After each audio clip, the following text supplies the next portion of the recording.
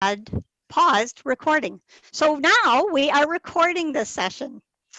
And we will be recording all of our group time, all the time that we're all together with Q&A and with the panelists. But when you're in your breakout room, that part is not recorded. That's a very safe space for you to talk and not worry about anybody taping what you're saying. And we have communication guidelines and ground rules, which I will go over now. The first is we don't get together to debate who's right or who's wrong, but to share our honest experiences, our perspectives, and to be willing to listen to other people's experiences and perspectives. That we have panelists who are experts in their field, but we are all equal and valuable contributors to the conversation. We want to practice respect. All of us have preconceived ideas that can get in the way of our listening to each other. So we want to be aware of that so we can remain respectful of ourselves and others all the time. We want to practice active listening. In our culture, it's easy to think about a lot of other things besides what's being said, particularly in a Zoom format. So I want to challenge all of us to stay engaged and to pay attention to whoever is speaking. We want to take responsibility for our own reactions. All of us have hot buttons. They can be triggered unintentionally. If that happens, we want to be able to name it without blaming anybody else for it. And finally, this is a shame-free zone. We work hard to create a place where we're safe talking about our thoughts and our experiences in a way that's respectful and responsible, and to be able to do that without being shamed. Shame never creates change. It only pushes things deeper inside. We want this to be a safe place to ask those questions and unpack those thoughts and be able to look at them more fully. So this would be my time to say, if you have a problem with any of those ground rules, it would be probably wise to just leave the conversation. We really do need to make this a safe place for everybody. So as long as you're okay with the ground rules, we will move forward.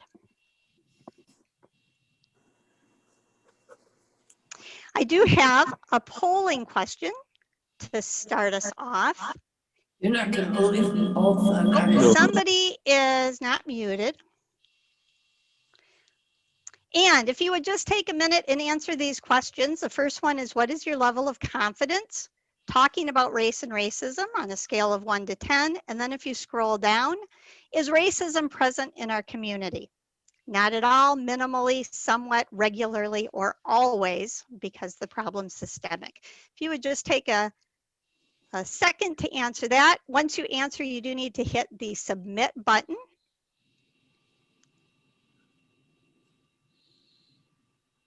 And we'll give this about 20 more seconds. As I see lots of answers coming in.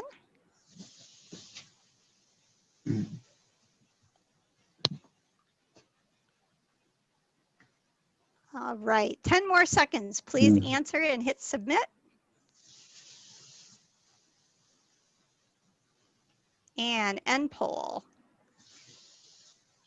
So to give you an idea, here's where the comfort level is in our conversation, between 4 and 10.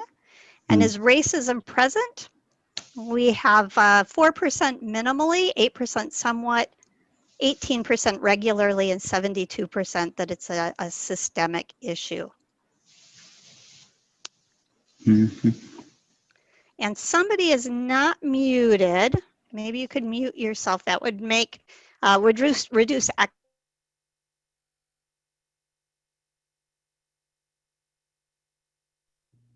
I want to turn things over now to Calvin. Calvin will have 13 minutes and Maddie will be timing for us. Really excited to have you on, Calvin.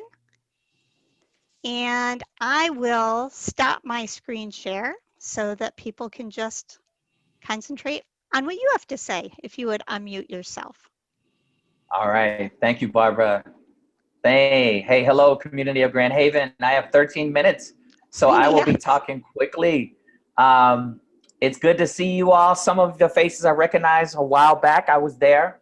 I need to honor your ancestors, my ancestors, our ancestors before any presentation. I'm sitting here in Phoenix, Arizona by myself right now, but I'm not sitting here alone. I believe that our ancestors are sitting here with us, and I believe our ancestors come in all colors, whatever you call humanity, so-called yellow, black, white, red, or brown. I am in Arizona, you're in Michigan. This is the United States, the USA, land of the free, home of the brave. I believe in honoring that. But this space where I am in Arizona, before it was called Arizona or the United States, this was Mexico. Study the Treaty of Guadalupe, Hidalgo, learn about Mexican Cession 1848, and how all these lands out here west were stolen. All those cities named Los Angeles, San Francisco, San Diego.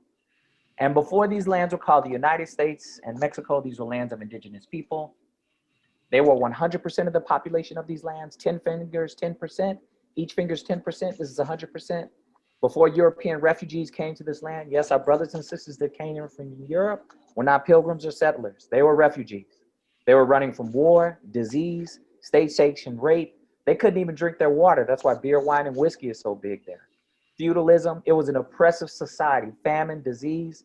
When a bunch of people are running from that, they're called refugees. So before European refugees came to this land, the native population was 100%. Today, the native population is less than 2%. So we are the land of the free, home of the brave, and the land of the thief, home of the slave. We have not reconciled that duality. So I am in the land of the Otham, Tana Otham. That means people of the desert. Michigan is not even an English word. It is an Algonquin word, meaning by the big lake. And guess what? This stuff isn't taught in school. You know what we do in schooling? We indoctrinate children to sustain white wealth. So I believe we need an evolutionary model, a true educational model, to invite all colors of people to heal these historical traumas and break away from the Horace Mann factory schooling model that sustains wealth for just a few people in order to create an evolutionary educational model where all colors of humankind are learning the truth to move forward together as an entire human race in an ecocentric way. Because if it hurts the earth, it has no worth. So tonight, I'm just really here to learn and listen and share some thoughts and ideas. But I'd like to just throw out from the beginning, what we're calling education isn't actually education. It's schooling. And schooling is about indoctrinating people to sustain white wealth. Education draws out the inherent gifts and talents of all peoples, then helps those people to use those talents for the betterment of the world in a way that doesn't hurt the ecosphere. We have not done that, and we have never done that. I'd also like to say, if we were doing true education, we would know that we've never been a moral society. We have been a society of law and order, but we've never been a moral society. It was legal to commit genocide towards indigenous people. It was legal to enslave people of African descent and later call them black. It was legal to poison waterways, give people smallpox blankets. It was legal to lynch black men, black women, black children. It was legal to do all these disgusting, in the state of Arizona, it was actually legal for a husband to rape his wife. Spousal rape was legal up until the 1990s.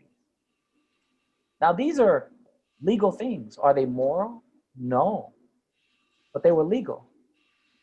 So we have never been a moral society. We have been a society of law and order.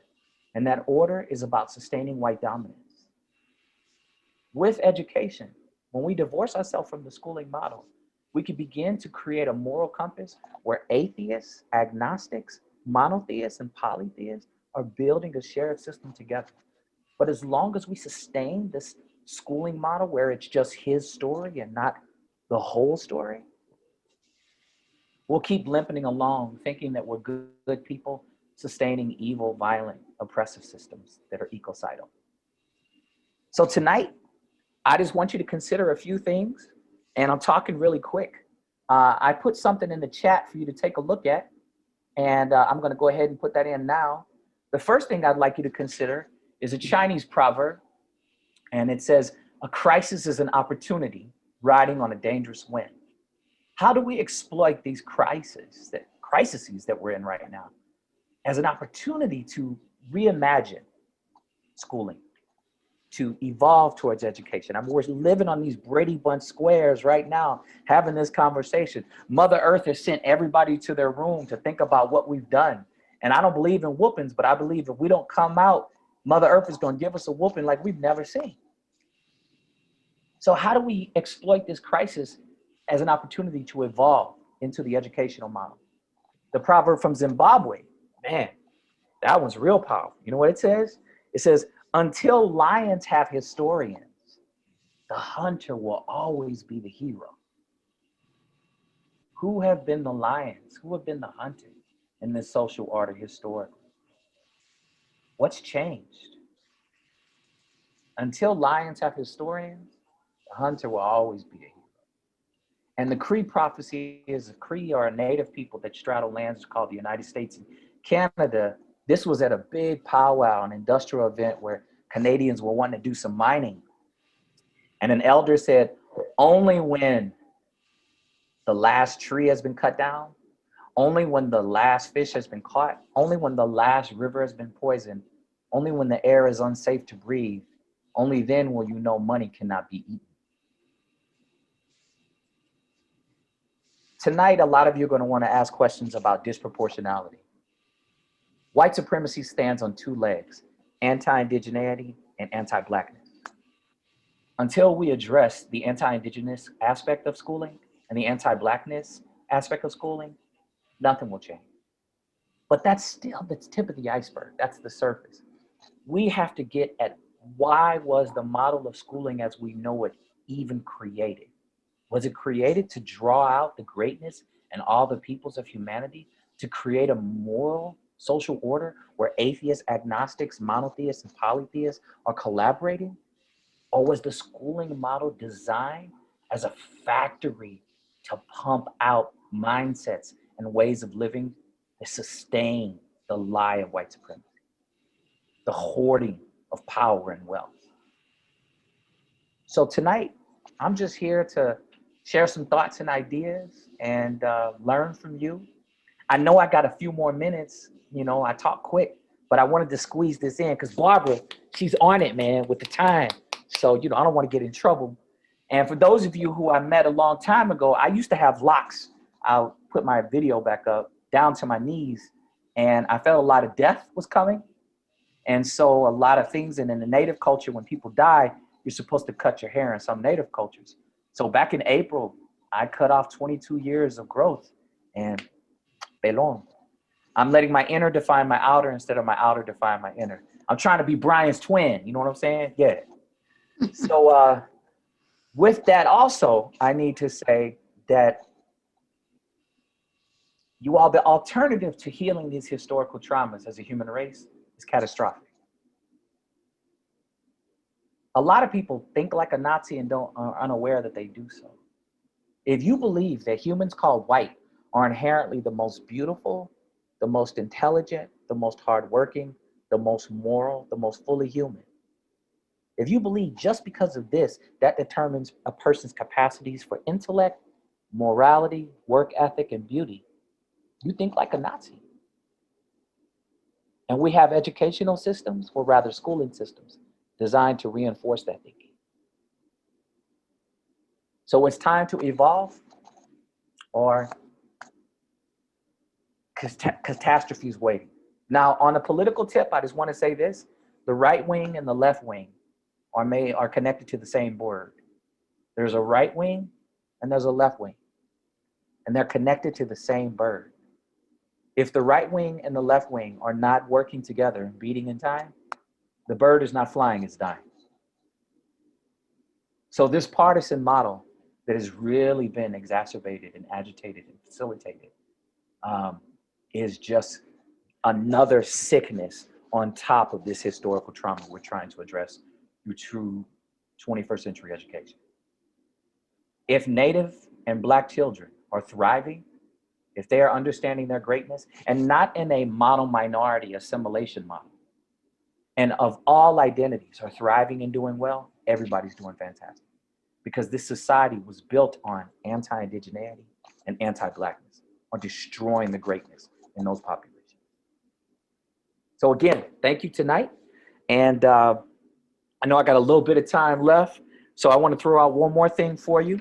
If you have some paper, I'd like you to draw like a ladder like that with 6 rungs on it, okay? A ladder, a simple ladder that looks just like that with 6 rungs on it, okay? And next to each rung, I want you to put the words in this order. At the top rung, I want you to write white people. On the second rung, I want you to write white status. And for those S's, make them dollar signs. Then the third rung down, otherness. The fourth rung down, dangerous. The second to last rung, black status. And the bottom rung says black people. Be sure you do that. When we talk about law and order, this is the order. Is it moral? No. But it's been legalized since the inception of this country. Only education, true education, is going to interrupt this, not school. So with that, I will yield the rest of my time to Sister Becky and give it an extra 3 minutes, and look forward to hanging out tonight. Thank you. Thank you very much, Calvin. We really appreciate that, and that allows us a little more Q&A time. So that's all excellent. I am going to share the screen again because Becky has some slides that I will work to advance for her. And Becky, if you want to unmute yourself and then just let me know when I can assist you. That would be wonderful. Thank you so much, Barbara. If you could advance to the next slide, slide number 2. This is how I'd like to start out this evening, keeping in mind that Calvin has done an amazing job already this evening of providing us a broad view of the issues that we're going to be discussing tonight. And if you imagine a Zoom, actually Google Earth, for example, zooming in, I'm going to try to take it down a few notches and talk about social studies, in particular classrooms, and the study of history and other courses. So it's going to look a little bit more detailed and specific to history, and in this case, U.S. history. So I'd like you to, Barbara, could you advance to the next screen, please? Think about that iconic photograph. And if you do recognize that photograph, what do you know about it? And maybe you know its title. Maybe you know the name of the photographer. Maybe you know when or where it was taken. Maybe you know the time period that it was intended to depict. So you may have quickly recognized that that photo is titled Migrant Mother, that it was taken in 1996 in Napemo, California by Dorothea Lange, who was one of the photographers who was hired by the Farm Security Administration. Their purpose was to capture the plight of Americans during the Great Depression. Additionally, you may have recalled that the woman in the picture, her name was Florence Owens Thompson. She was a migrant worker. Even today, if you fast forward from the time of the Great Depression to today, if you open a history book, a history textbook, the chances are pretty great that you're going to find a copy of that photograph. And because of the issue of space, whenever textbook layouts are created, it's more likely that this is the only photograph you may find depicting the hardship among farm workers during the Depression. Why is that? We'll come back to that in just a minute.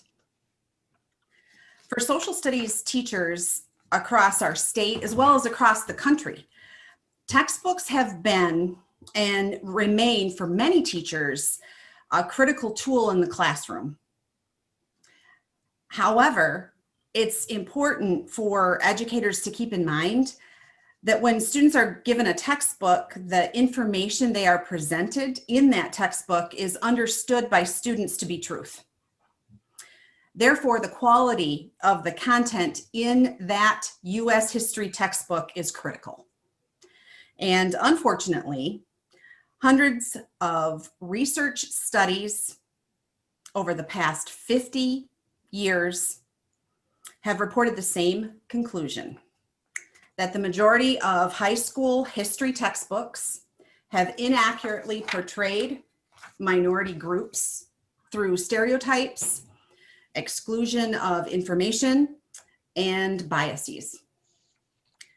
This representation obviously negatively affects both majority and minority groups of students because the knowledge that students gain from textbooks will be viewed as fact, no matter how inaccurate, biased, or stereotypical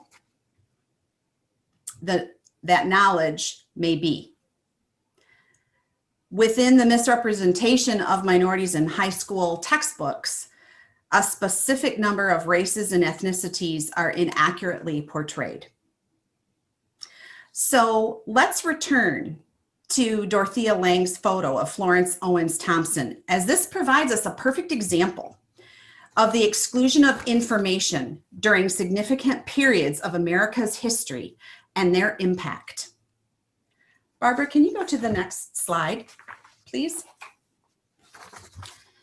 So if we take a look at Migrant Mother photo, here's an example of how that primary source document is often used in a high school U.S. history and geography course. Usually the second 100 days, which is the second 100 days of FDR's administration, well into the time of the Depression, buoyed by impressive gains in both houses of Congress in 1934, during those midterm elections, the president asked Congress to provide even more relief for farmers and workers due to the extensive suffering in rural farming areas like Nepemo, California, where that photograph was taken. And that photo quickly became the most representative and pertinent image of the Dust Bowl era. It was published in newspapers and articles around the world. It was even portrayed on a postage stamp. So you might be thinking, why is, oh, excuse me, Barbara, could you fast forward to the next frame, please? So if that was the most iconic photo of the time period, why was this picture not widely recognized around the world? Could you advance, Barbara? Or the picture on the left? Or the picture on the right? Or either of those other two pictures that you're seeing right now?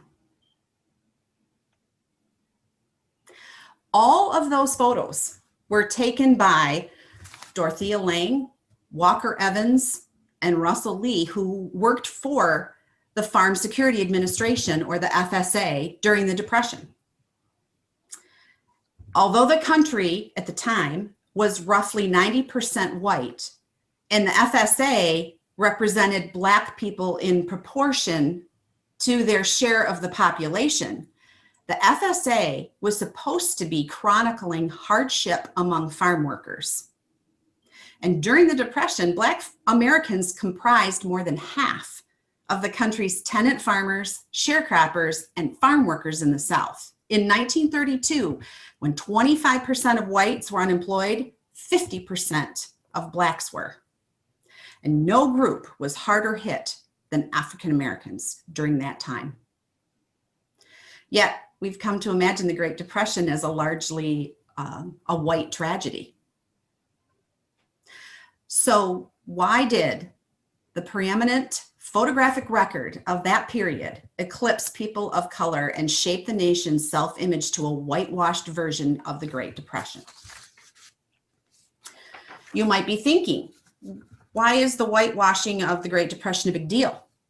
You might further reason that the biggest historic takeaway should be the extent to which the entire nation suffered through a tragic and crippling economic depression that lasted an entire decade, as well as the role of the federal government in trying to relieve the plight of 15 million jobless Americans. But I would make the point that this is just one example of a time period in American history where a lack of multiple perspectives yields an inaccurate understanding of what happened in the past. Remember the research conducted about U.S. history textbooks that I referred to earlier? Researchers further concluded that by creating sole focuses on patriotism, good versus evil stereotypes, and one-sided portrayals, textbook authors and publishers take away legitimacy from minority groups and focus students' attention on generalizations and portrayals of events which do not allow students to see the whole picture. One research in particular, Anna Lee Good, often explains history is depicted as something that happened to minority groups, not something they participate in constructing. Understanding Good's conclusion, both minority and majority students are therefore being taught that minority groups have not been an active part of creating history, which ultimately takes away their validity and importance. When minority students become aware that they're not being presented with accurate and unbiased information, they begin to resent the topic, the text, and most significantly, and this is the big one, the teacher. The significant attitude change usually stays with students throughout their academic career and follows them into society once they leave classroom doors, ultimately impacting how they interact with others, which is quite counterintuitive to the original mission of public education in the shaping of effective citizenry. Fortunately, the past cycle of ineffective American history instruction in social studies classrooms can be broken. In Michigan, we're off to a great start with the combination of tools such as the recently revised social studies standards for the state of Michigan, the skills-based college, career, and civic life framework, also known as the C3, the General Education Leadership Network's essential literacy practices provide numerous opportunities to help students learn to question text, challenge authors' purposes, and examine multiple perspectives. Here's an example of those documents in action. Barbara, can you go to the next slide, please? Quickly, these are just two of the high school U.S. history and geography content expectations for U.S. history. You can see that one addresses the causes and consequences of the Great Depression, and the other addresses the New Deal era. I've underlined some of the key phrases that really can come to light from the standpoint of the important content of that time period. The next slide is a focus more on the skills, which have been lacking for quite some time. And when we combine those skills, like the ability to analyze complex and interacting factors that influenced perspectives of people during different historical eras. Barbara, could you advance, please? You have students that are enriched, immersed in diverse text, and provided abundant reading opportunities that may not have existed before. Barbara, could you go to the next slide, please? So on the left, instead of a focused study on a particular group of people impacted by the Depression, like we talked about, which might include notes from a lecture with information, photo analyses, and possibly a section from a textbook, instruction could look like an inquiry, which might include visual and written analyses of a plethora of primary and secondary source documents. You can see the change in the instructional goals to evaluate a wide variety of sources to determine if the impact of the Depression was the same for all Americans, as well as whether the plight of all Americans was reflected in those works, those published works, the works that Americans saw. Next slide, Barbara. Thank you. When teachers challenge their students to ask those critical questions and to seek multiple perspectives, we encourage students to empathize with different ethnic groups and make history much more interesting and relevant. Those are the skills that we need our students to possess in order to succeed as effective citizens in our democratic society. There's a lot to think about there. I'm sure we'll be talking about it. There is. Thank you so much, both Calvin and Becky. Incredible presentations. Please take a moment to enter your questions in the chat box and who you're directing them to, Calvin or Becky. We had a lot of questions come in ahead of time, about 10 of them that I shared with the speakers in advance. And so they may have answered those in the context of their presentation. About 10 that came in today. So we're going to try to get through those as well as questions that are in the chat box, but chances are it'll be difficult to get through all of that. Jenna is going to be our questioner. She's the holder of the questions. And I'm going to ask our speakers, you're both wonderful and eloquent and have so much to say, but we're going to try to answer these questions concisely, so that we can answer as many as possible. So try to be short and direct. And then, as I said, we have a rare opportunity today that after the formal town hall closes, both Becky and Kelvin are willing to hang around to continue the conversation. So we can bring unanswered questions there as well and can send in writing those that we might still not get to. So please use that chat box opportunity. And Jenna, I will let you pose the first question. Okay, there are a couple coming in, so give me 1 second. Okay, the first one is for Kelvin. As a teacher, I'm reading, researching, and learning. How can I better reach my students and support them? Find out what their interests are and connect your lessons and your designs to their interests. As I taught 6th, 7th, and 8th grade social studies many moons ago, and we're meant to be the liaison between their passions and the standards, if you will. So students aren't students, they're scholars. Students is something like a little empty cup we fill up. They want to learn. Now, they don't always want to learn what we're teaching, but they want to learn. So our job is to find out what their passions are and design pedagogy that connects with their passions.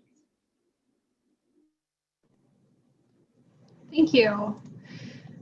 The next one is for Rebecca. How can panelists evaluate a school system's curriculum to determine if the curriculum is educational, not indoctrinal?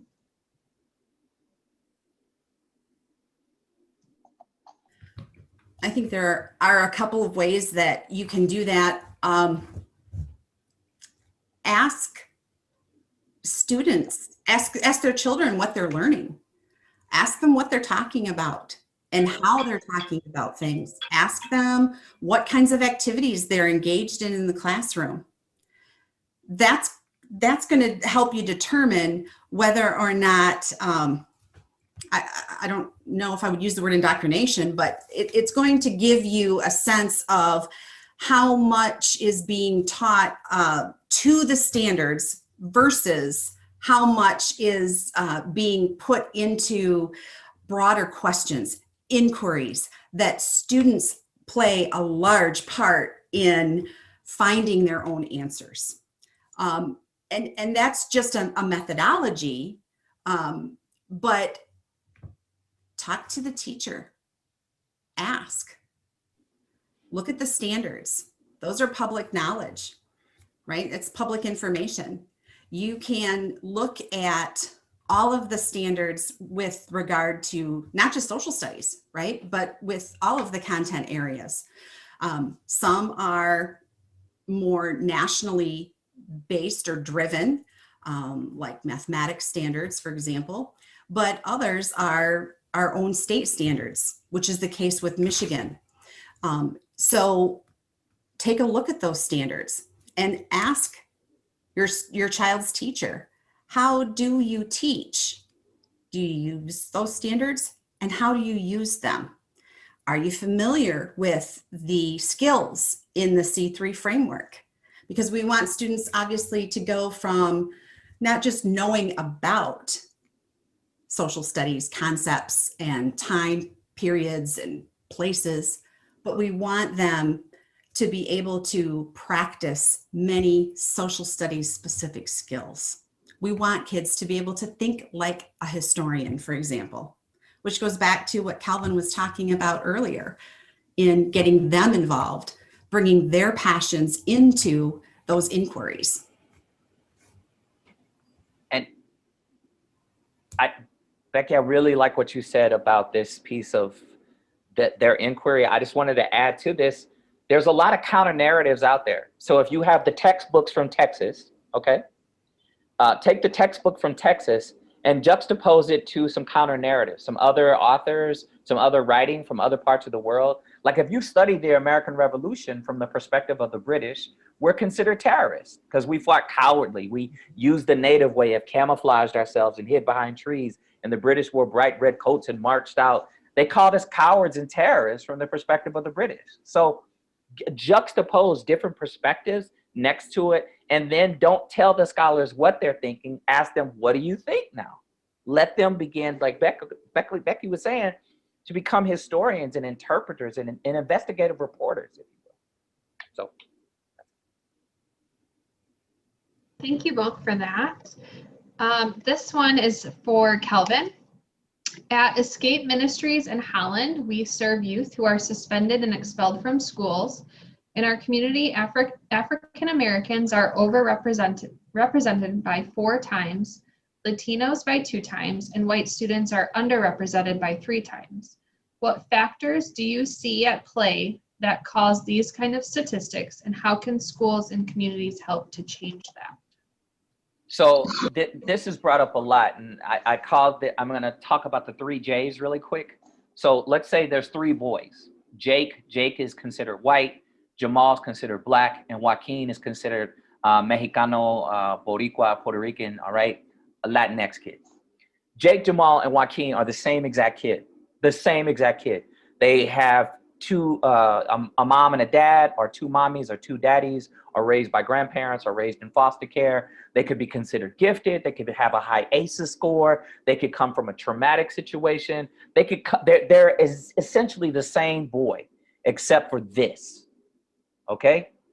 Jake's considered white, Jamal's considered black, Joaquin's considered Latinx. Now, one day Jake's having a bad day in class. Jake picks up a chair, throws it across the room, starts swearing, dropping F-bombs left and right. The educator says, Jake, sit down. Jake curses the educator out. Jake's walking out of the classroom. Educator says, Jake, come back. Jake drops more F-bombs, walks out the hall. Jake's walking down the hall. Educator's like, Jake, come back here. Jake's dropping more F-bombs, walks away.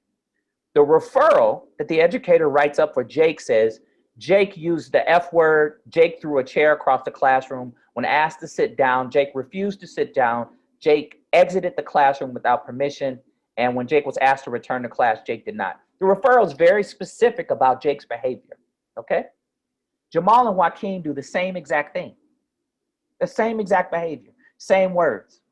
But the referral for Jamal and Joaquin will say things like, I felt my life was in danger. I felt that he was a threat to himself and others. He's very disrespectful and violent, an aggressive person. A lot of ambiguous concepts, but a threat to himself and others, that's possibly homicidal ideation, suicidal ideation. When an administrator gets that stuff, guess what they have to do? Threat assessments involved, law enforcement involved, school to prison pipeline. And guess what? The educator that wrote up Jamal and Joaquin could be an educator that's Black and Latinx themselves. Everybody's proving their whiteness. So when humans called white don't prove their whiteness, they're actually called white trash. It's like, you don't hear black trash or brown trash or yellow trash or red trash, but we hear white trash, because it's like saying to a human called white, how dare you be white and live in those conditions? How dare you be white and act that way? How dare you be white and speak in that diction? So we attach trash, meaning they don't prove their whiteness, take away trash, and there's the standard, white. It's a very subconscious sense of superiority. So the reason why there's such an overrepresentation of these Black and brown like kids in this situation is not because of this one group is inherently more this or that. It's a system that was designed to protect white fallibility and punish non-white fallibility extremely. Hope that helps. Thank you. This one is for both of you. So Rebecca, if you want to maybe answer first. Is there too much emphasis in education on having measurable results? Does that force teachers to teach to a test rather than educating?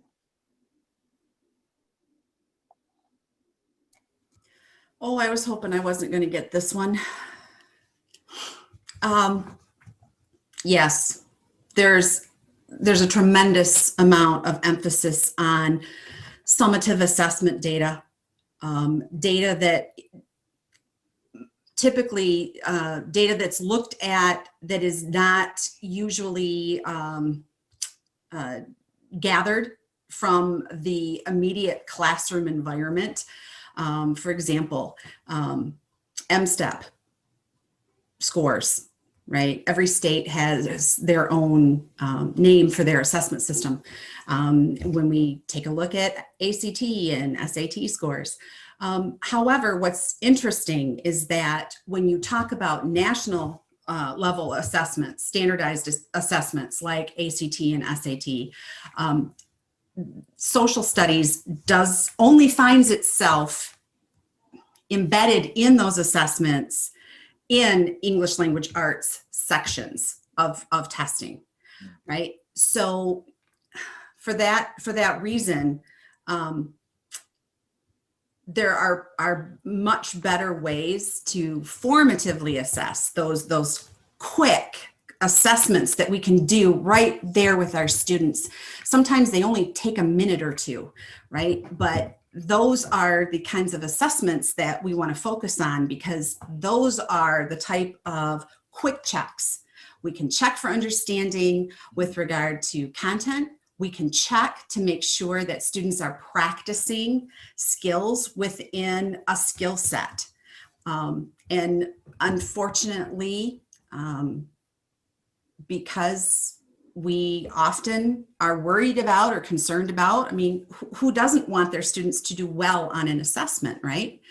But sometimes that really gets in the way of the kind of progress that we are talking about here. For example, looking at multiple perspectives. Becky, really quick, do you feel that model is a factory? Just like, okay, check, move through? Or is it a model of treasure hunting to find the gifts and greatness within? Which one?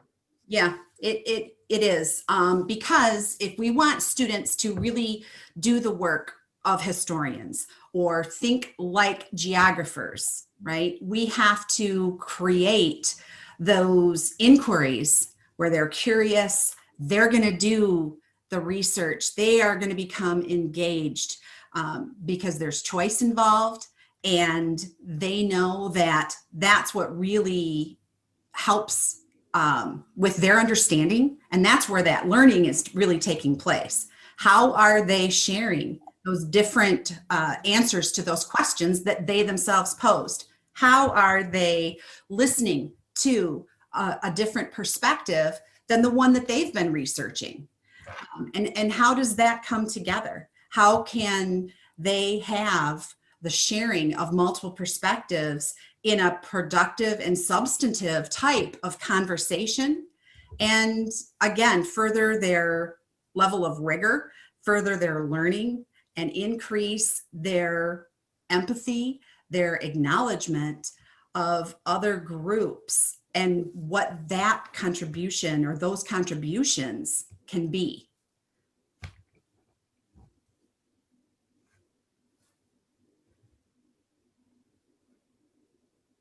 Thank you. Kelvin, do you have anything you'd want to add? No, I just wanted, because Becky was breaking it down about the Horace Mann, the factory model, you know, and that's what these models we use a lot are. They're really not about drawing out gifts and talents and inherent and latent capacities within people. They're about basically, hopefully putting them into a little line to assimilate into the social order as it is. All right. Next question, maybe for either of you.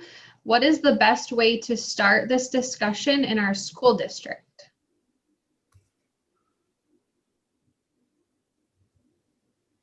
Could you say that question again? What is the best way to start this discussion in our school district?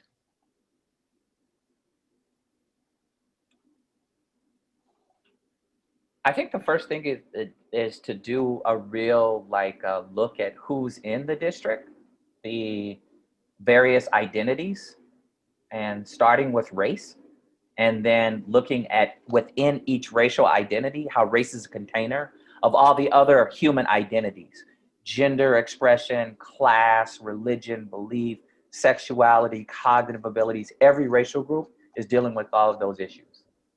And then examine demographically, is our district designed to draw out when our district was originally built, who was it designed for? Was it designed for this population, this identity, this group, this? Like, who was it designed for? Like, we have to be honest about that. And then what's changed? So if your district is predominantly white, predominantly Black, predominantly Native, East Asian, when your district was originally designed, was it designed for those populations? And how is the district doing that? Like, just asking those kind of questions. But first start with kind of auditing who's in the district and how was the district designed to serve those populations. Can I add to that? I think, especially now that we have the C3 framework, I think that has really helped a lot of social studies teachers take a look at that document and really look at the skills. And so the social studies classroom starts to shift.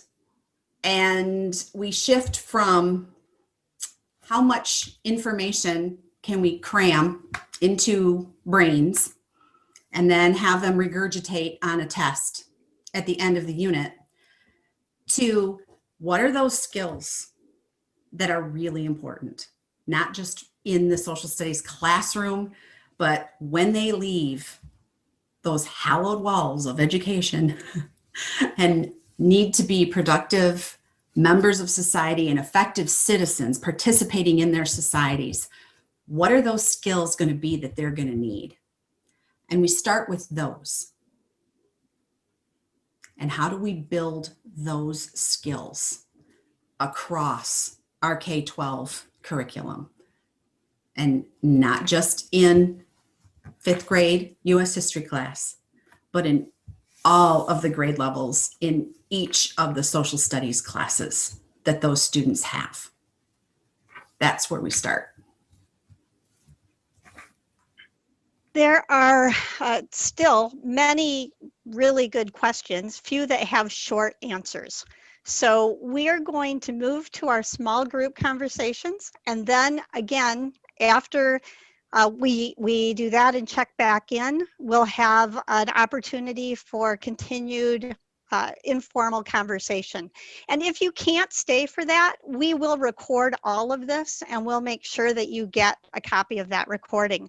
Our speakers, Calvin and Rebecca, will be randomly assigned to a breakout room, as will everybody else. There will be a facilitator in that room. We commonly lose some people when we go to the breakout. People connect because they want to hear the speakers, and some aren't interested in the ongoing conversation.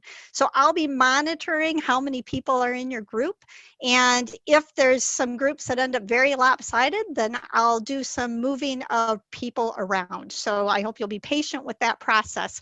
It's an inexact science in Zoom. But right now I'm going to send you to those groups, and your first question is going to be to just briefly introduce yourself to each other. And then the question is, what value does diversity play in deciding what school district to which school district you will send your children? I will also broadcast that. Your facilitator already has it written down, so they know what it is. And as we get to each question expires, I'll send the new one into the broadcast room and notify people it's time to go to the next question. So you're going to have about 9 minutes to introduce yourself and talk about the value of diversity in choosing a school district. I will send you now, and I'll see you. What we'll do is go through all of the questions and then report back once, because when we go back and forth, it chews up a lot of time that we can spend in dialogue. So I will see you all at the end of our breakout conversations. Okay, it looks like everybody's back. Great. Welcome back. I hope those were productive conversations. What we're going to do now is I'm just going to call on each of the facilitators to share, to report out just a 10-second take home, a theme, an idea, an aha moment, just a real quick glimpse into your conversation. Meanwhile, those facilitators were taking copious notes, and they will share those with us so that we can glean any action steps from them and determine kind of next steps for the anti-racism task force. So as I call on you facilitators, if you would unmute yourself and share your 10-second take home. First of all, we have Carolyn from Group 1. Hi. All right. One big thing is, well, there's lots of big things, obviously, but the learning once you're outside of school about what kinds of barriers and attitudes that there really are, like to not have learned more about that kind of thing while you were in regular school and to learn that outside really stuck. Yeah, thank you. Thank you, Carolyn, in Group 1. How about Luann and Breakout Room 2?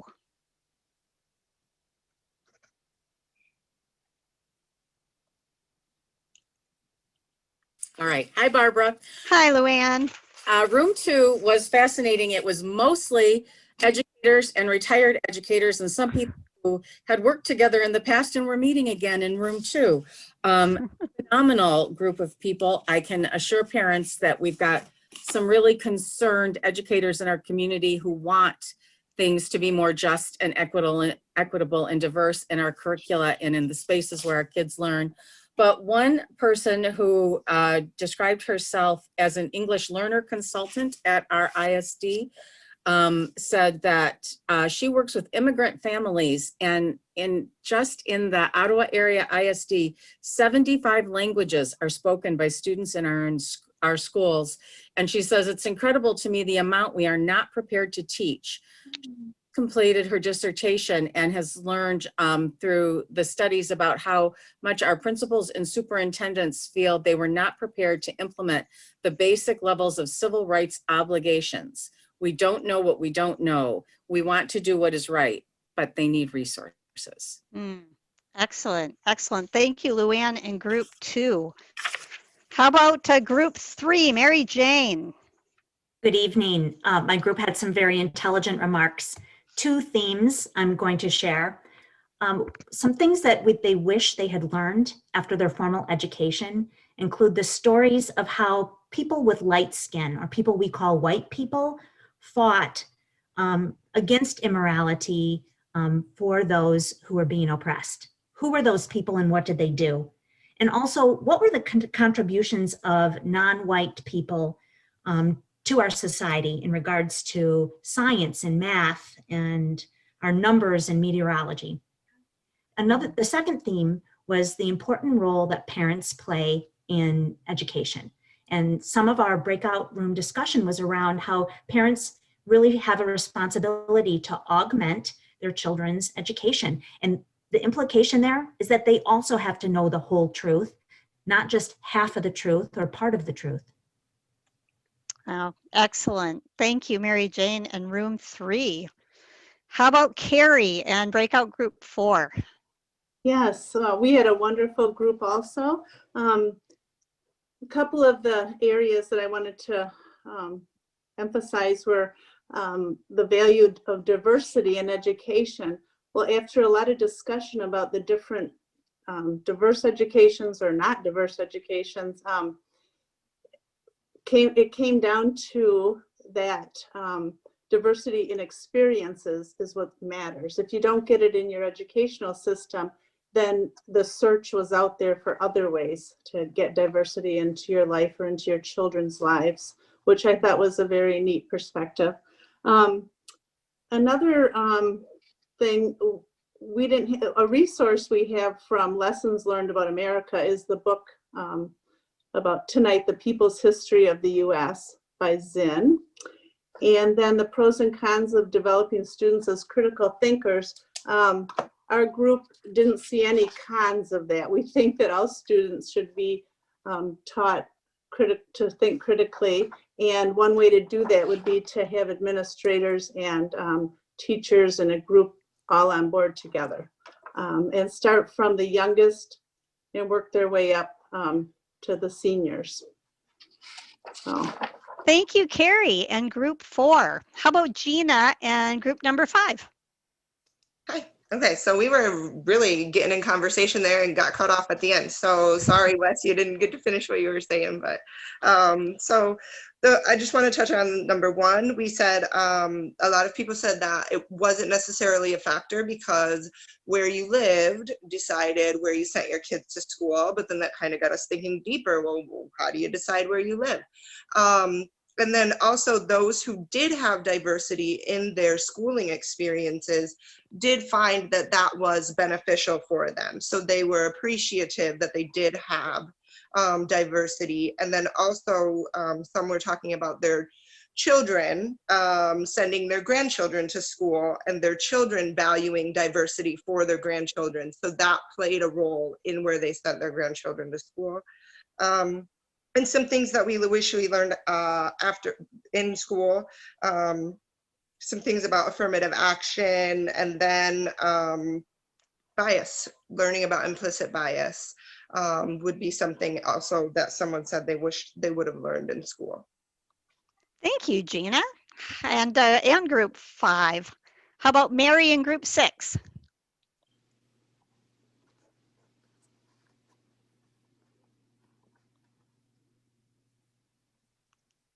Mary. Sorry, I was muted. Okay. One of the things that we learned, I say we had a very blessed group, lots of conversation. For the first question, one of the things that we learned is that Ottawa County is the most segregated in the state in terms of diversity, is very lacking. And that one of our members sent their student to the public school because Grand Haven was doing so well with inclusion for students with special needs. For question number 2, one of our members is a transplant to the West Michigan area, and it was very important that her children attend a school that was diverse, and was also important for her because of her faith to choose a school for her children, but because the public school had the diversity that she was looking for, she chose the public school over the religious education. And then on the third question, one of the observation was is that we need to dismantle the unfair systems that don't allow students to find their voice. And that's a big impediment to critical thinking. Thank you, Mary in Group 6. How about a soundbite from Jamie in Group 7? So some points from our group. One of the profound things I think that came from our group, particularly with question 2 of what did we learn after school, and one person said everything. You know, one member said, you know, we're still learning, that's why we're all here. One person said that, you know, the way that you learn is by what you read, who you listen to, and going to where people are, which I thought was a really profound thing to contribute. And another idea that kept coming up was the idea of unlearning. So unlearning some of the information that has been taught to us that is maybe not the entire picture. And then one of the questions, or the third question of the pros and cons, one of the members of our group said, you know, we really just need to, instead of looking at it just from a critical thinking aspect, is moving to a critical, how do we teach critical conversation? Because our conversation has become so binary in nature, and we've stopped probing, and we've stopped you know, questioning for the sake of understanding and the sake of conversing with others. Thank you. Thank you, Jamie in Group 7. How about Angela in Group 8? Yeah, my group had a lot of really good information and to share. They talked about there being a tremendous value in kids experiencing diversity and having the opportunity to think critically. Some of the barriers to that are systemic within schools, and also they talked about geographical barriers, you know, choosing where you live and then having that place not be very diverse, but wanting to send your kids to public school, and that being a struggle for some people. They talked about there being a lot they didn't learn in school about people's lived experiences, but that then they were able to learn those through travel and reading. The Nice White Parents podcast came up. So that was something I haven't listened to and is interesting. And one of the ways they talked about making change that I thought was important was to cultivate a safe environment for students to ask questions and express their views, and that that's something that can happen at home and at school. Excellent. Excellent. Thank you, Angela in Group 8. And finally, Ben and Group 9. So I had a very large group, so there's a lot here to synthesize. But basically, the idea was there's too much to cram into a K-12 education, and there's more to know than we ever possibly will be able to know. So obviously, continuing to be a critical thinker, continuing to do your own research is very, very important. But then it's also very important to think and vocally thank the people in your lives, the educators in your lives that are allowing that sort of diverse education to happen, because the people who are trying to keep it the same or try to restrict change are just as loud, if not louder, and support the educators in your community who are making the changes, who are adding the diversity that you like to see, because they need to hear it too. Excellent. Excellent. Thank you, Ben and Group 9. We're going to, I'm going to ask you some polling questions now. And the first one is just a post-meeting poll. Our initial questions re-asked: is racism present in our community? And what is your level of confidence talking about race and racism? So if you'd take a quick second to answer those questions and then hit submit.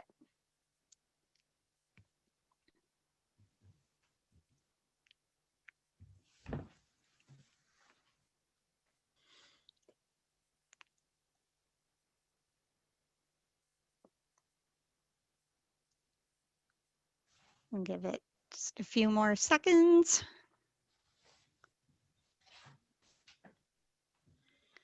Except the numbers are still going up, so.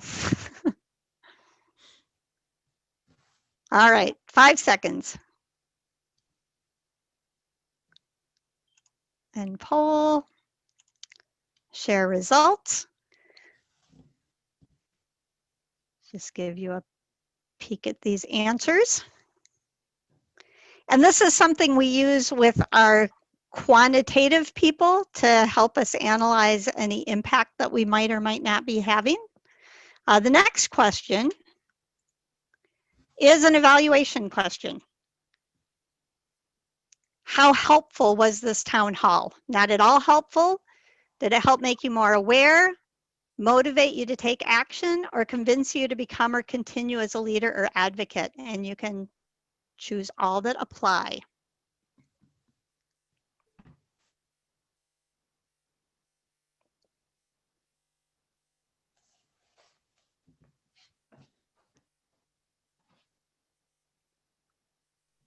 And we'll give people 10 more seconds.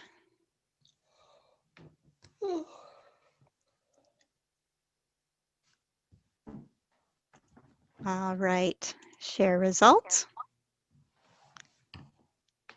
So I would say good.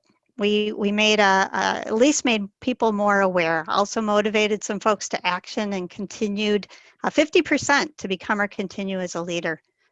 Thank you for that. And then the next question is about action. What are you willing to do as next steps? Read, listen, watch documentaries. And again, you can answer as many as apply. Engage in conversations about race, engage in conversations with people who are not the same race. Participate in demonstrations, support diversity, equity, and inclusion at school or at work. Attend implicit bias training, get involved in local government like the Grand Haven Human Relations Commission. Donate to a group that's working in the area of racial justice. Join the community book club.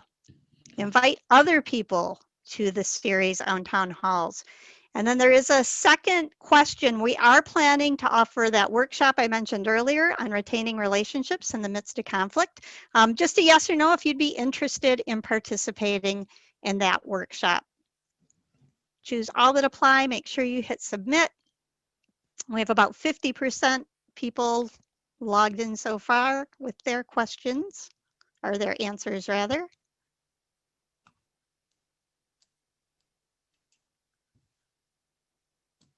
We'll close this one in another 10 seconds.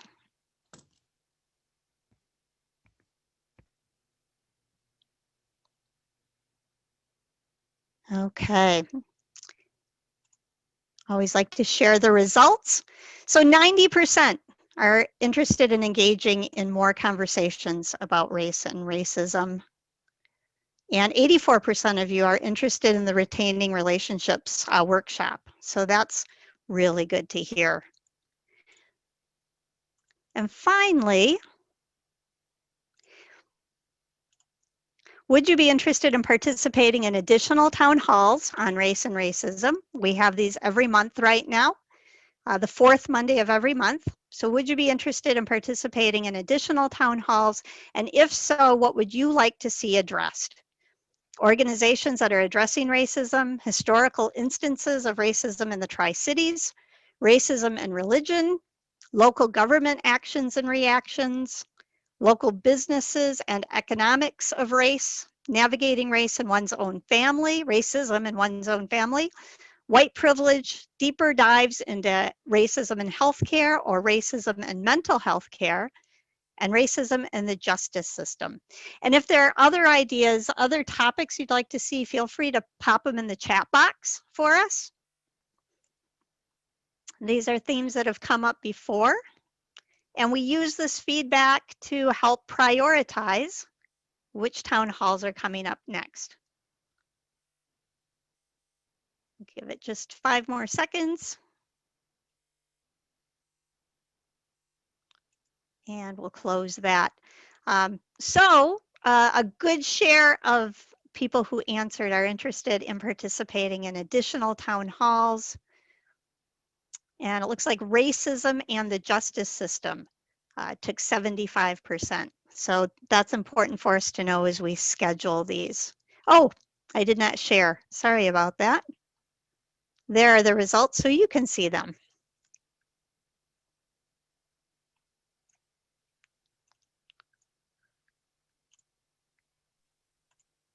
All right. Next steps. So as I said, we will have the recording. We'll have all of the materials that have been mentioned, anything, the slides, Becky's slides, we'll have all of that in an e-packet. Any questions that we get the answers for after the town hall, all of those things will be put together and sent to everybody who participated tonight. And we'll get that to you within the next week. Our goal is more a couple of days, but with the holidays, we'll see how that goes. For sure by next Monday, you will have that whole packet. Any questions that don't get answered, we will send to our speakers and ask for written responses.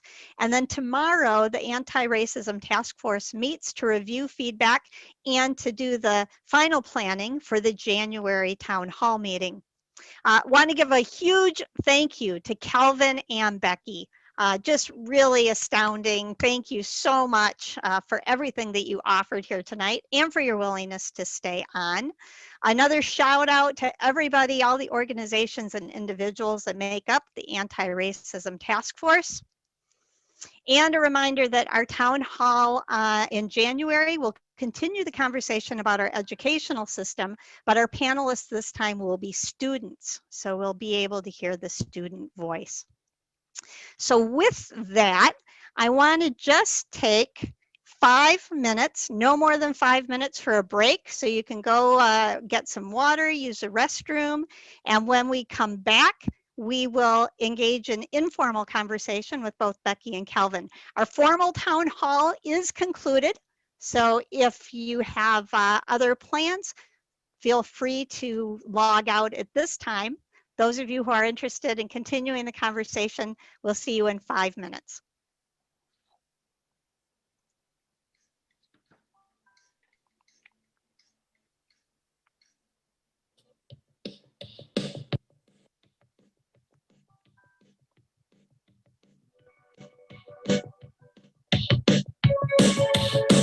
Thank you, Calvin. Love the music.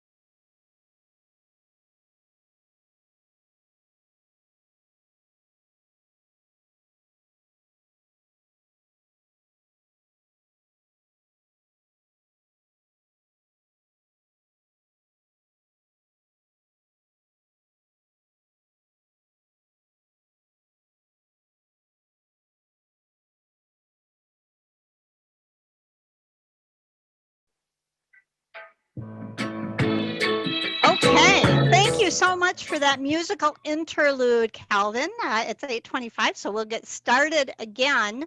And I'm just looking, so we still have about 50 people on the conversation. And first, let me again just thank Calvin and Becky for your willingness to continue.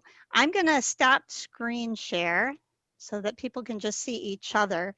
And we do have some questions that weren't answered.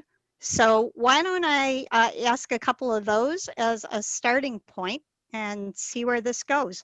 The first one is, how do we tell the truth about America and still respect our nation? It's kind of like in a family when there's been abuse and trauma. The family has to get therapy. You have to tell the whole truth. And if you really love the family, you're going to tell the whole ugly truth to get the healing. But you don't love a family if you don't tell the truth. So I think, if anything, there'll be a greater respect to confront this evil that has built our nation, to heal. And that's a real loving family, is to deal with that abuse. Uncle Sam has been good to this section of the family, but this other section of the family, Uncle Sam has been abuser, rapist, killer, death, horrible things. And this other side of the family doesn't know about this side over here. But the people that have been abused have seen Uncle Sam be good to them over there. It's time to, we don't think about what happened with Bill Cosby, Weinstein. It's time to heal these sins. Thank you, Calvin. How about Becky? If textbooks don't always tell the whole truth and the internet is full of theories and fake news, how do we help students do good research and seek out historical truth?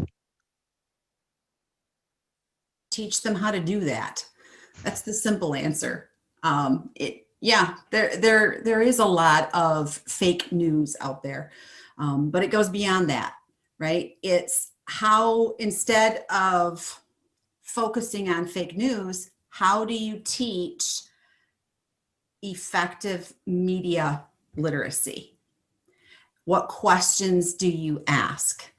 And again, it goes back to, if we want students to do the work of historians or geographers or political scientists or economists, we have to ask those questions that get us thinking in that way. And when we do that, when we have the right questions that we need to ask of our sources, when we can contextualize what we are seeing, and we can make better sense of that.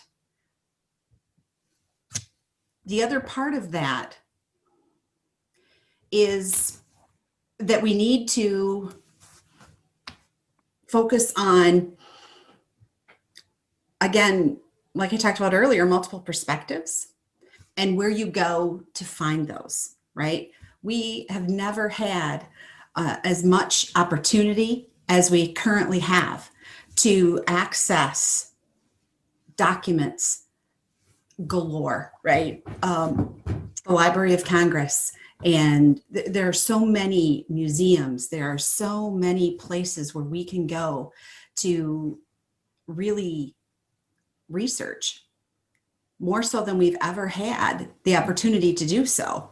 And we need to be taking advantage of that. We need to teach students how to glean that information and how to evaluate what they gather and how they then can draw those conclusions, as well as acknowledging counterclaims that are made.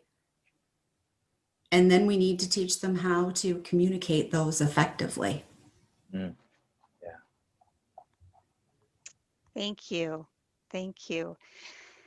There's a question from somebody who talks about their daughter struggling in college tried a simple paper on the Detroit race riots.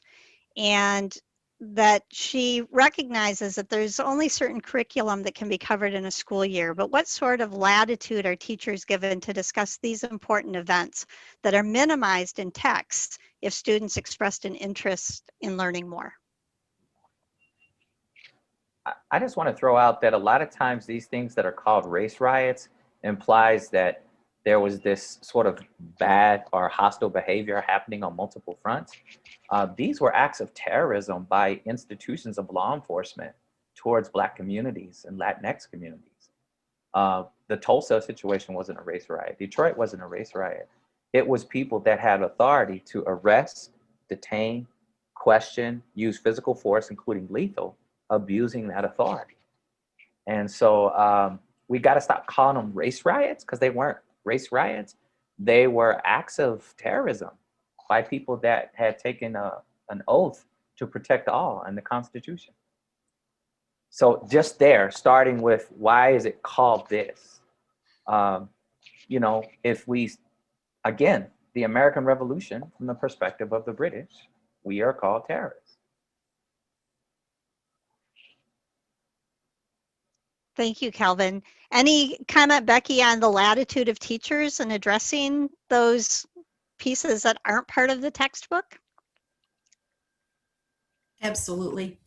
You know, one of the things that happened when we were working on the revision of our state social studies standards, and this is one of the reasons, one of the many reasons why the process that was supposed to take 6 months took just shy of 6 years. And that was how much latitude do we acknowledge within the document? And when we put language, when we wrote language in, such as examples may include, but are not limited to, that was very freeing for a lot of our social studies teachers who are working on the standards, because they said the state is acknowledging important time periods and events and people, but the list is not inclusive. Because if we think about even just US history, for example, if we were to spend our the space that we had, you know, in our document listing every single example that a teacher could possibly use to teach important concepts or ideas or enduring issues,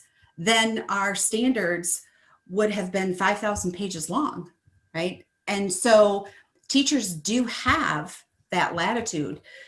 Yes, you know, you should, you know, teachers teach with standards, but that doesn't necessarily mean that every single event that is taught or not taught is because it is or isn't in that document. And so, you know, yes, the C3 framework is just that, a framework, as are our state standards. But we have the freedom, I would say we have the obligation to go way beyond the textbook whenever we're teaching, especially in the social studies. Thank you. Thank you, Becky. How about, you know, since we don't have a public pre-K system, what are the implications for pre-K as we consider racism in the educational system? Well, I've worked with a group, particularly in the Baha'i community. The Tahrir Justice Center was really involved in working with this model throughout the world on the education of the girl child, because they said if you want to transform a society, you educate the girls. And so, for example, if you have 2 children, a boy and a girl, and you only have enough money to formally educate one of them, you spend that money to educate the daughter, because if she chooses to be the mother is the first educator of the planet, if you will. And so this whole idea of really investing and I was a Head Start kid. I went to Head Start way back in St. Louis. But this, like, giving funding, I mean, just don't build a couple of submarines and aircraft carriers, and there's more than enough money there for that. And, you know, so, but investing in a community, investing in mental health work, investing in dealing with addiction.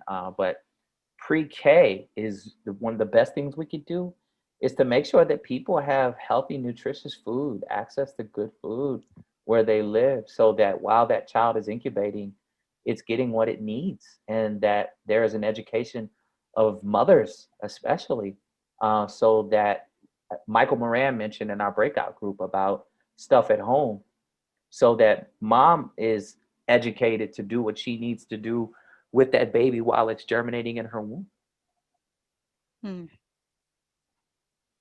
Thank you. Anything that you would add to that, Becky? No, I would not be as eloquent as Kelvin. Come on, Becky. We can do dance with some Earth, Wind, and Fire together. I know you got it. Come on, Becky. Yes, you do. Many research studies suggest that the most important factor in student learning in schools is the quality of teaching. Why then is so little attention paid to teacher thinking and its relationship to effective teaching? Becky, this is a whole other workshop. If you want to go at this first, I'll go after you, Becky. But that's. You agreed to stay on. I don't know if I want to tackle this one either. Well, I think we do professional development the way we tell teachers not to teach. We do PD the way we tell teacher not to teach. We put 120 people in a room. And when I say I'm not going to say teachers right now. I'm saying educators, because if you're serving food, answering a phone, writing on a whiteboard, driving a bus, every person employed models a philosophy of learning for the scholars. So it's not just the teachers. It is a community of educators, be they certified or non-certified, that are impacting the quality of learning that the scholars are getting.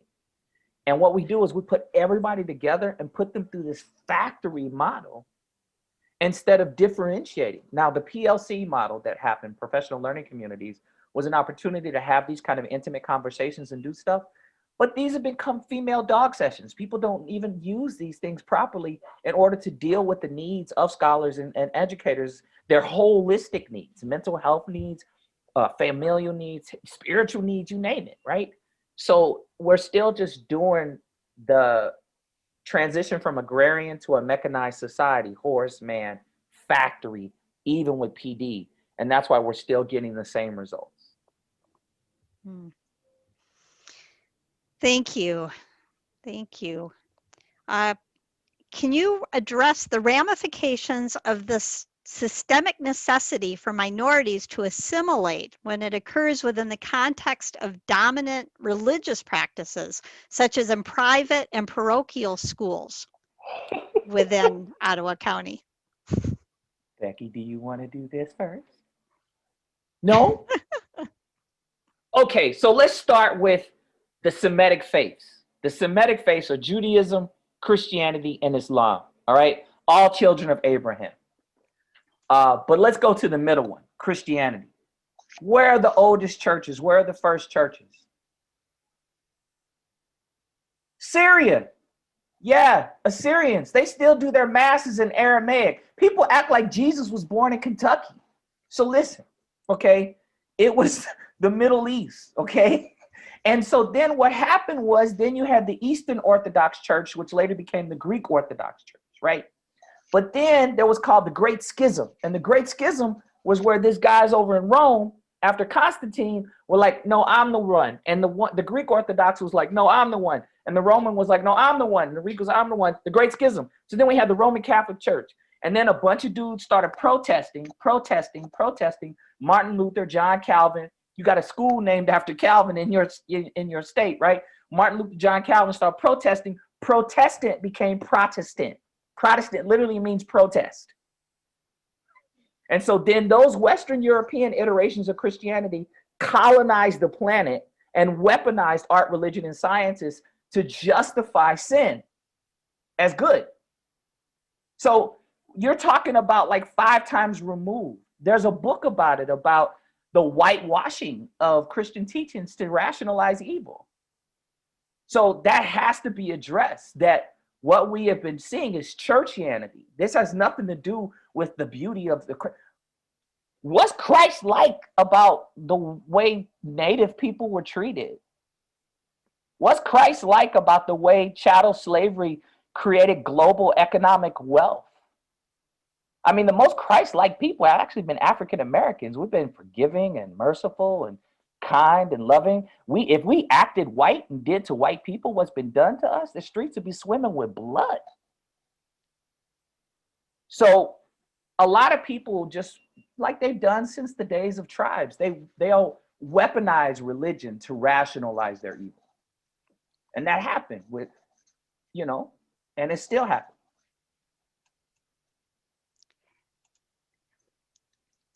Did you want to add anything, Becky, about parochial or private schools in Ottawa County? Is that in your purview? In some instances it is. I would follow Calvin's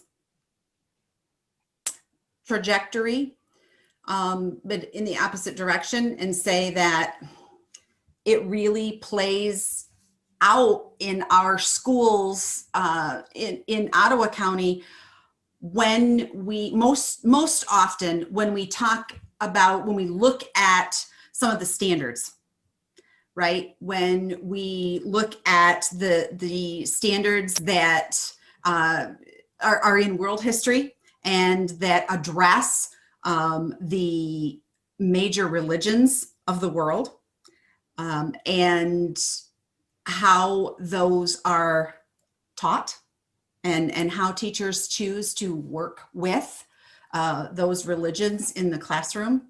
And that's a specific example of kind of how what Calvin was talking about kind of filters down into the classroom or building or local district level. Becky's like, she's being nice because she could go deep. She's holding back. I can feel it. But I'm gonna say this because I don't live there.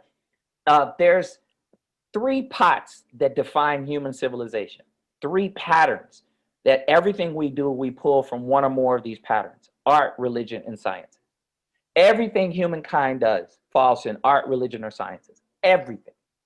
Whoever controls art, religion, and sciences controls civilization. Education is a science. Economics is a science. The way your homes are designed, the roads and streets, the trees lining that's all science stuff. Pro sports, that's art and science, right? The big gladiator arenas, that's Roman Empire, bread and circuses. Everything we do. Now, there's essentially 3 major breakdowns of the religious world. There's the Aryans. That's Hinduism, Zoroastrianism, that's Buddhism. Those are the Aryans, right? Then you have the Semites. And the Semites, that's Judaism, that's Christianity, and Islam, right? And then you have the Han. And the Han, that's Taoism, Confucianism, as well as Shintoism, which can be an indigenous faith of Japan, of the Anu people. And then you have pretty much the global South, which were all the indigenous, what we call Aboriginal faiths, right? Basically what happened was with the creation of whiteness, Europeans didn't call themselves white. They invented whiteness to separate their peasant classes from enslaved Africans and Native people, because those 3 populations were getting together and burning down the 13 colonies. Whiteness was later invented in order to sustain colonial goals, if you will. So if we really are doing a comprehensive study about how religion is this tool like water, it could be used to carry beautiful works of art and grow crops, or it could be used to carry weapons of war, drown people. Don't blame religion, blame its use. And so what happened was the invention of whiteness was designed to weaponize art, religion, and sciences for hoarding resources, power, control, for the hoarding of the earth. The sun doesn't set on the British Empire. That's literally what they said. And they stole that from the Spaniards who said it first about the Armada. Thank you. I don't know, Becky, if you know this information. Mary Jane, I don't know, maybe you or Brian, does Ottawa County have an issue with inequity of students of color being punished more than white students? Do you have those statistics for Ottawa County schools? I do not have statistics for Ottawa County. I can tell you that Grand Haven Area Public Schools looks at discipline referrals by subgroups, which includes race, and we have conversations about that. Related to that, we do implicit bias training for all of our staff, including onboarding new staff. And I'm not saying it's enough. I'm saying that we do it and we're conscious of it and we want to keep growing. Barbara, I'm going to just make an assumption, but I bet you there's a disproportionate amount of Black boys and girls being suspended, expelled, getting referrals. And then the Latinx kids that are getting it are the Latinx kids that do not pass as Northern European. They look more indigenous or native, if you will. And so it's all over the country. If I could just step in earlier in the comments, AJ Westendorp says at Escape Ministries in Holland, they serve youth who are suspended. African-American youths are overrepresented by 4 times, Latinos by 2 times, and white students are underrepresented by 3 times. Yes, thank you, Robert. Jake, Jamal, and Joaquin. Yeah, yep. This question is in the chat box. Raina talks about how do we move from talking about DEI to implementing actual change. That the conversation's been going a long time. What can teachers, parents, and students do to make sure we get the school board to make this a priority in their strategic plan?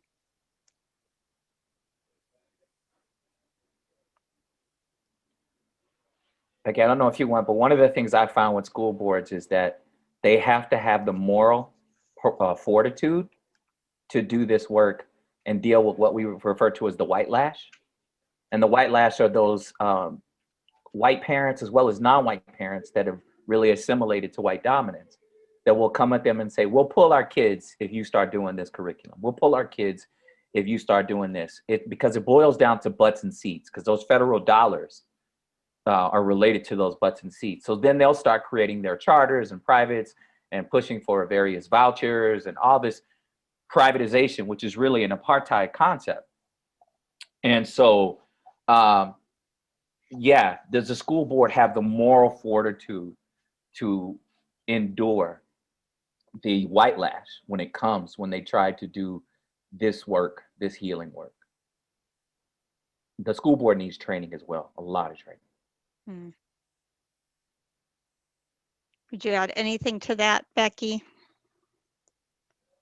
I agree with it 100%. In my role, I don't work with one local district. I work with all of the districts within Ottawa County.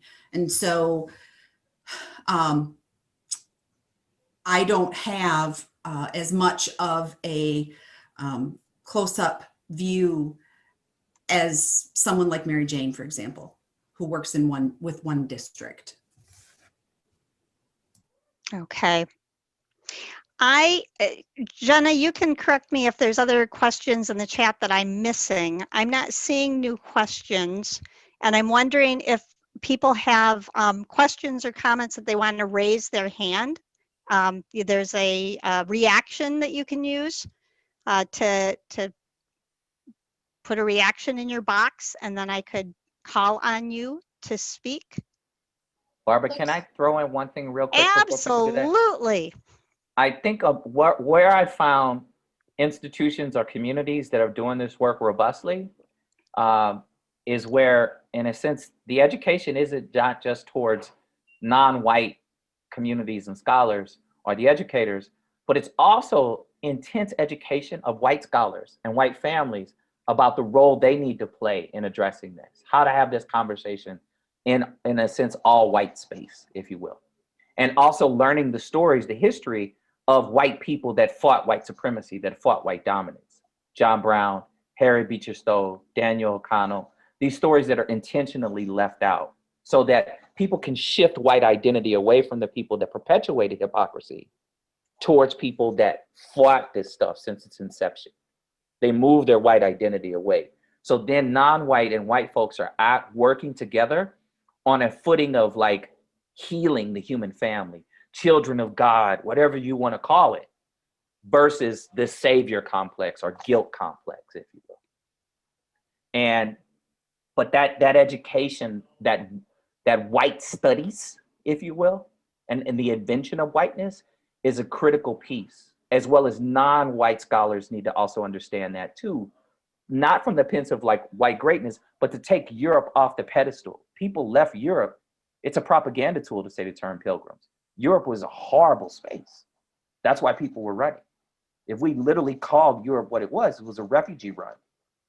Then we take Europe off the pedestal, non-white people out of the pit. We meet on the field of justice waiting to be cultivated.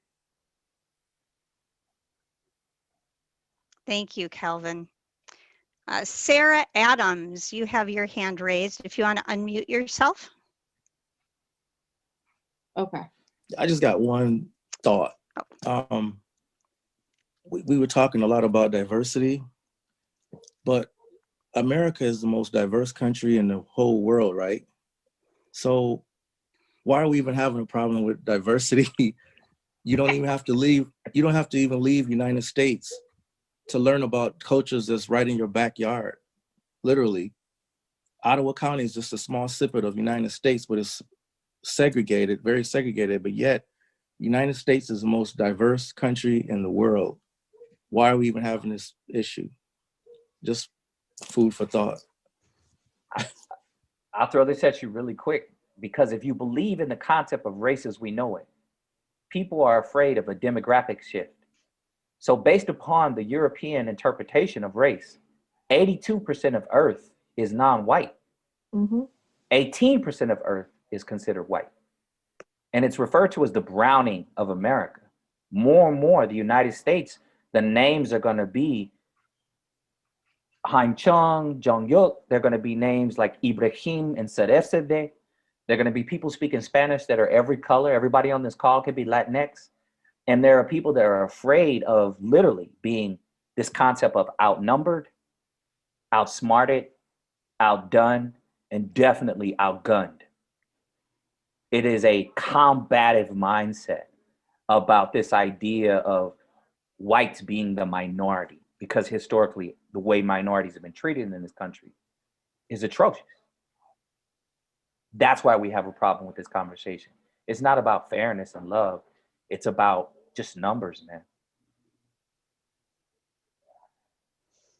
Can I add a little bit to that, Kelvin? Yeah. I think you're spot on. I think that there are other factors that also come into play that exacerbate the problem, right? Or the problems. Because we use the word diversity, and it doesn't always just refer to race. Yeah.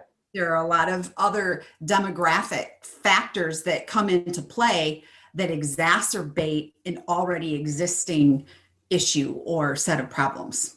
Yeah. Becky, you hit a powerful piece. I want everyone to think of the human race as a container. And in this container are all these unique marbles. And those marbles represent concepts like gender and sexuality and class and religion, belief, cognitive abilities, physiology, accent, you name it. There's just full of these infinite marbles, but this container is the human race.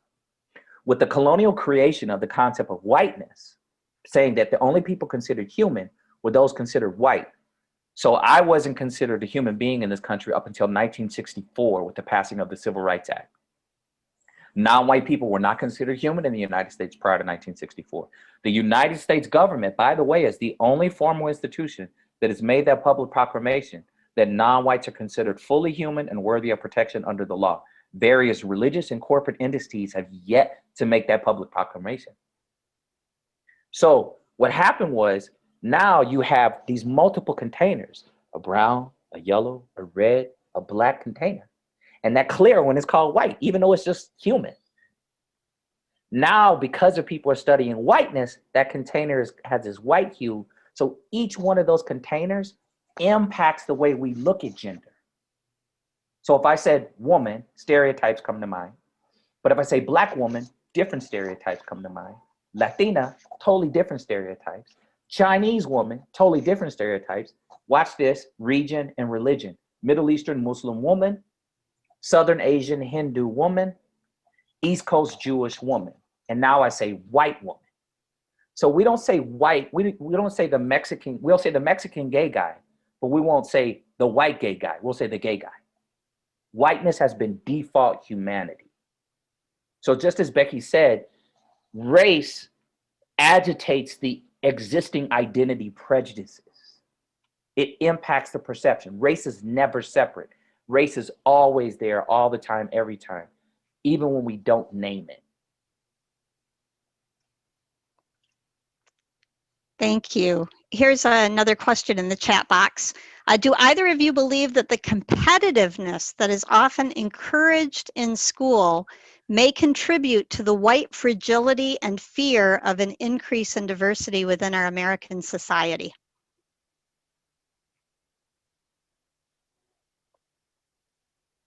Go for it, Becky.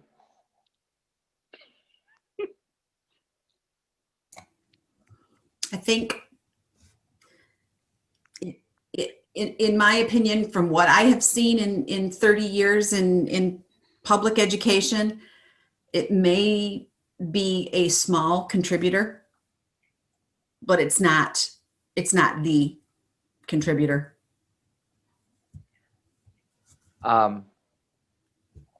I think there's this question in some parts to it.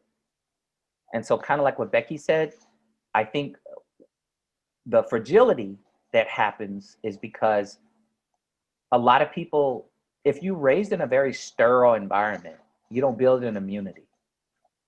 My friend Elio is a physician, and his daughter, we were at the beach, and she picked up something nasty and put it in her mouth. And I was like, oh, Tawa. He's like, she's building immunities. And so if you're in a really like insular environment, you don't build those muscles. And a lot of white folks have been raised in a very insular environments. They haven't built the mental, emotional, even spiritual muscles that non-white populations, especially Native and Black and Latinx folks, have been forced to develop. So that fragility piece, that fragileness comes from not building those muscles, right? The other component is this competitive piece. I think what that plays into, though, is this idea, I mean, we say it all the time, to get ahead. To get ahead. What's the other meaning for the word race, not human? A race is what? A competition.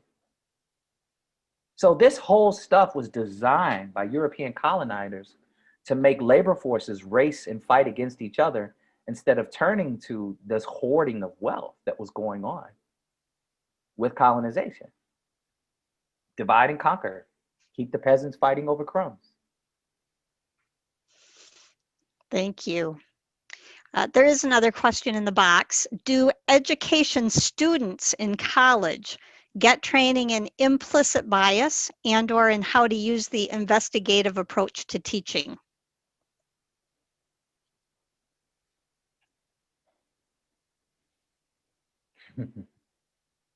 You're chuckling. You want to go first? I'll just say no.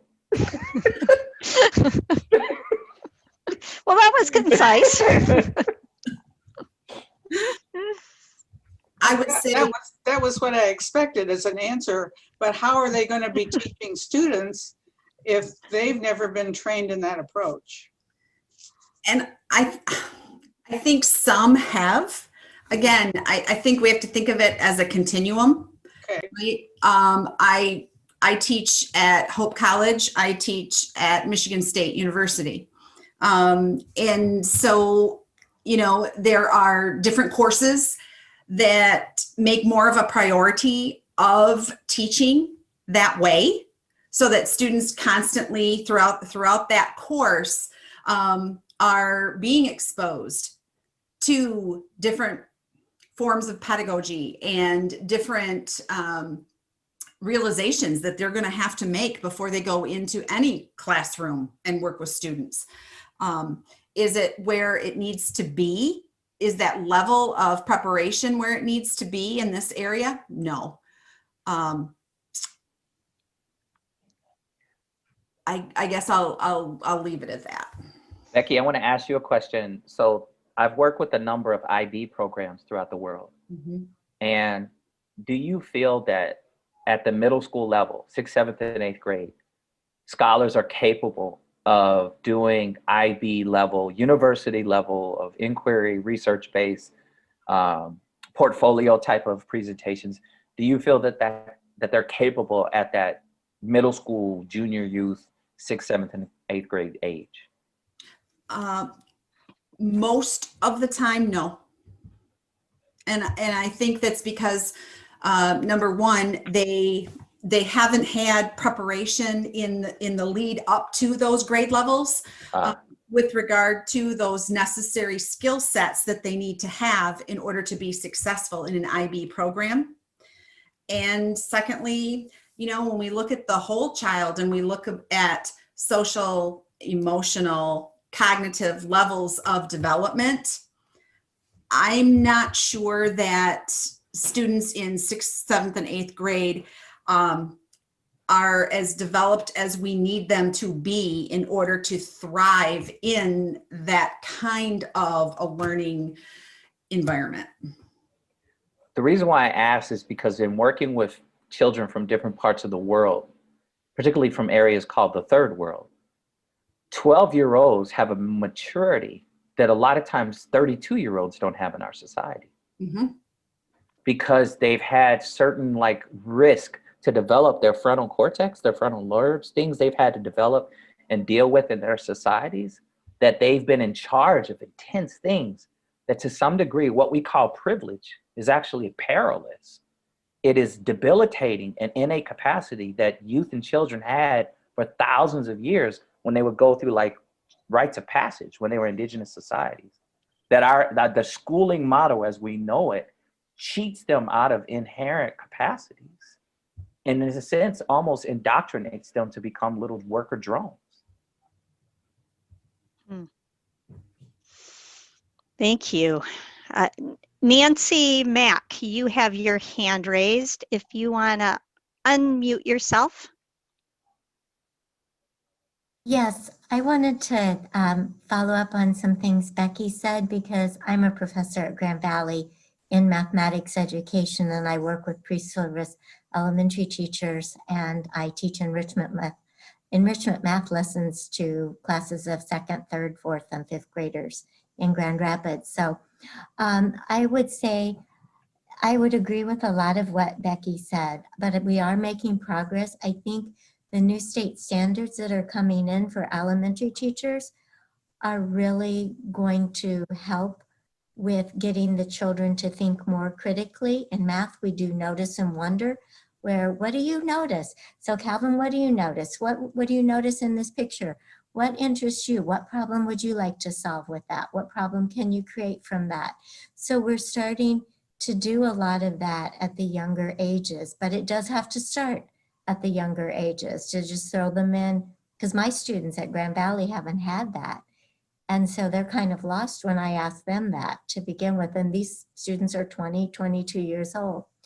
And I think, at least in my situation, we're being very deliberate of putting our students in placements where we are asking them to try teaching in an approach that's more investigative, rather than just the way they were taught math of just do this procedure and you'll get the right answer.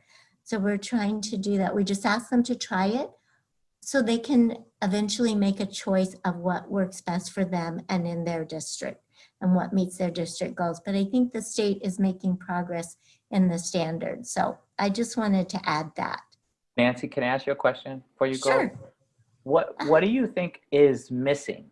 Because what's fascinating is that you're talking kids coming into Grand Valley, youth coming in, 18 years old, let's say, right? And they were in AP courses and all this stuff, let's say at their school, right? They don't have to be stellar students, but they maybe took a few AP courses, and then they get to where you are. And then you're asking these things about critical thinking, this metacognitive processes, right? Getting people to look at the way they look at the world. And then you take someone who's 18 years old, who was like in a war-torn area of the planet, who in a sense went to school where there was like 70 people in a room and there's cobra snakes crawling underneath where they were studying.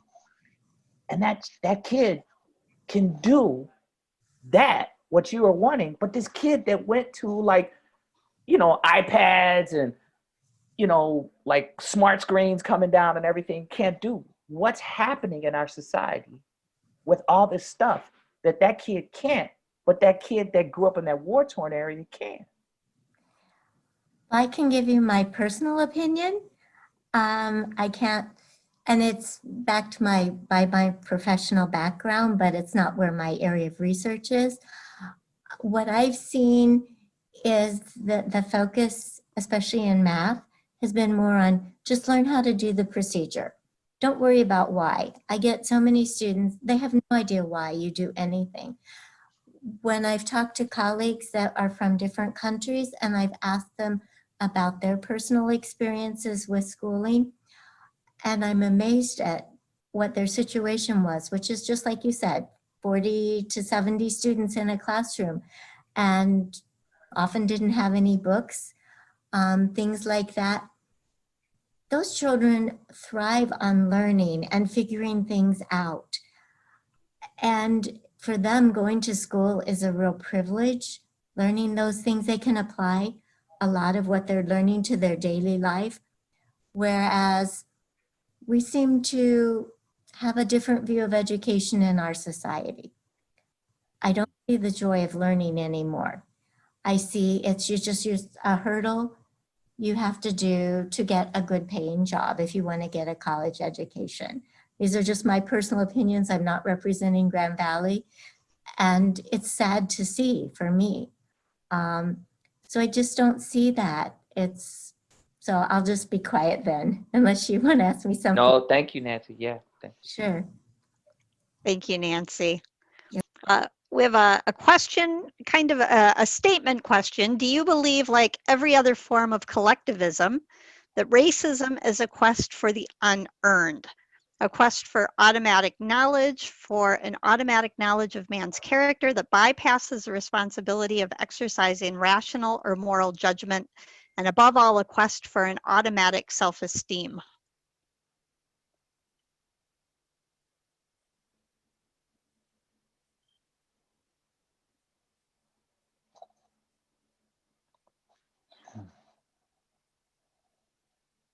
Okay, I gotta read this again. I'm not used to hearing you being quiet, Calvin.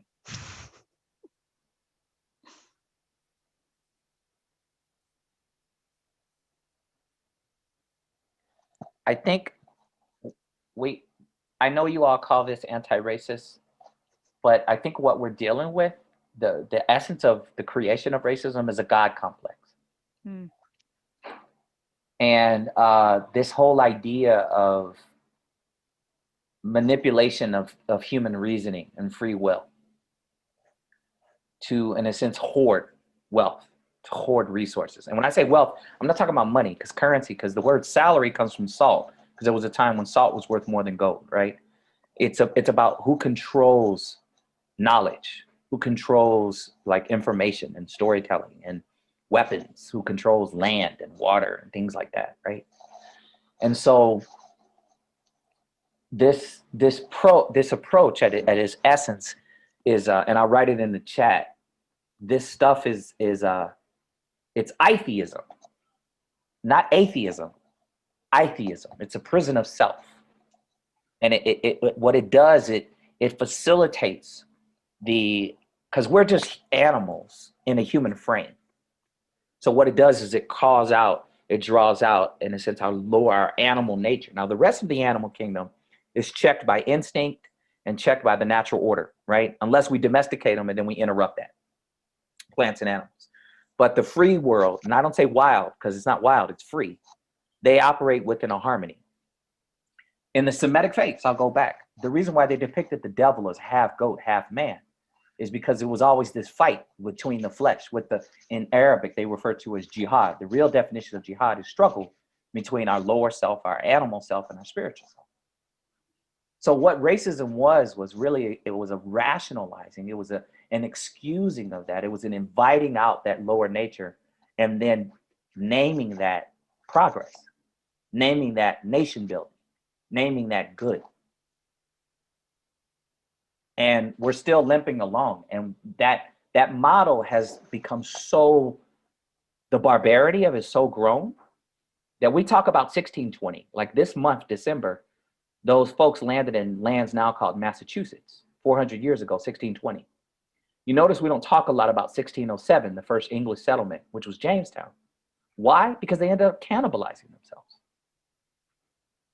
And so what we're seeing right now is science cannibalize itself with COVID. Sciences are being weaponized to say, well, this is the truth and this is the truth. We're seeing art and religion cannibalizing itself because the foundation was built on this rationalization of our lower self. So with this question, this collectivism means to forego your needs and wants and desires sometimes. It means to practice the moderation. An indigenous mindset is you adjust your needs, wants, and desires to fit within the natural order, to be reverent of the land and the water and the wind and the fire. An indigenous mindset is concerned for our relations. Anti-indigenous mindset is I do whatever I want to the land, wind, fire, and other people to fit my needs, desires, and wants. It's a God complex. And we have called that nation building.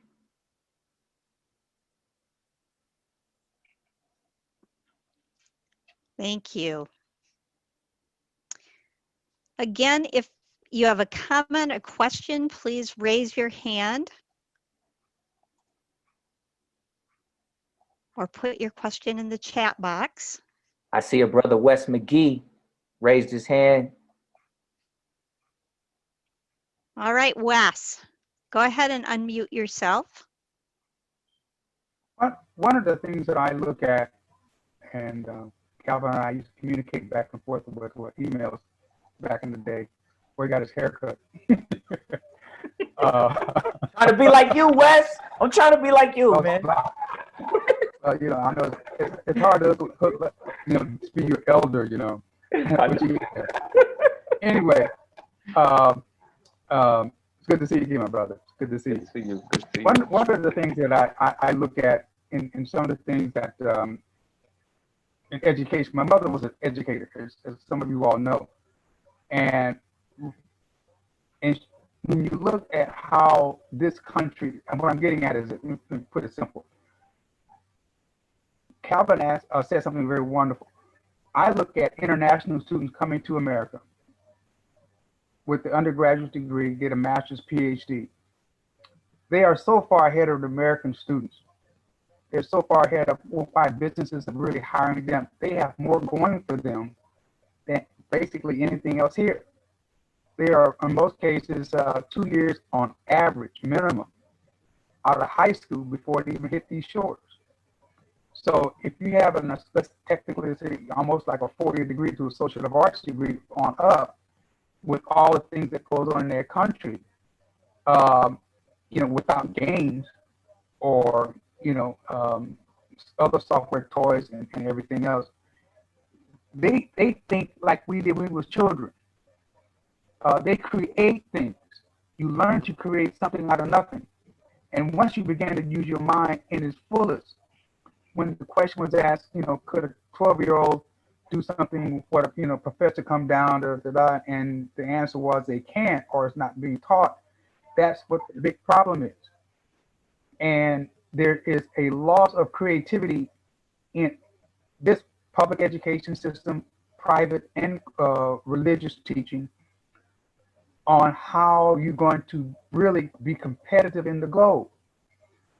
And I see a number in my business of foreign internationals if United States ever goes wiki-wacky and they leave, this country's dead.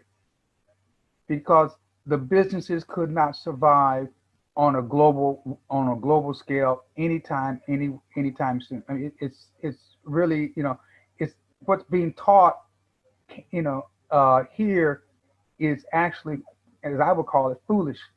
You don't really learn much at all. And as I was saying in my other workshop, and I didn't get a chance to say it, and thank Gina for saying it, for bringing it to my attention, I had to spend over $15,000 just gathering information and teaching myself 20 years after I come out of high school, so I can understand what is Black history and all the history and cosmic energy of the history of the world, just to be able to perform out here and to be competitive wherever work I'm doing and wherever I go, because it is not taught anywhere in this public system, private or parochial. And you all, Wes, he just alluded to quantum mechanics. And, this, Wes, it's good to see you, brother. And like this, I think what we have to get out of is the model of competition. We have crossed, whether you call, whatever you believe, everybody on the thing, and because you're right, Wes, but this, whatever you believe created the stars. You could call it Allah, God, Goddess, science, Yahweh, Wankantanka, phenomena, whatever you believe created the stars. We have crossed all of its boundaries: land, air, water, even space.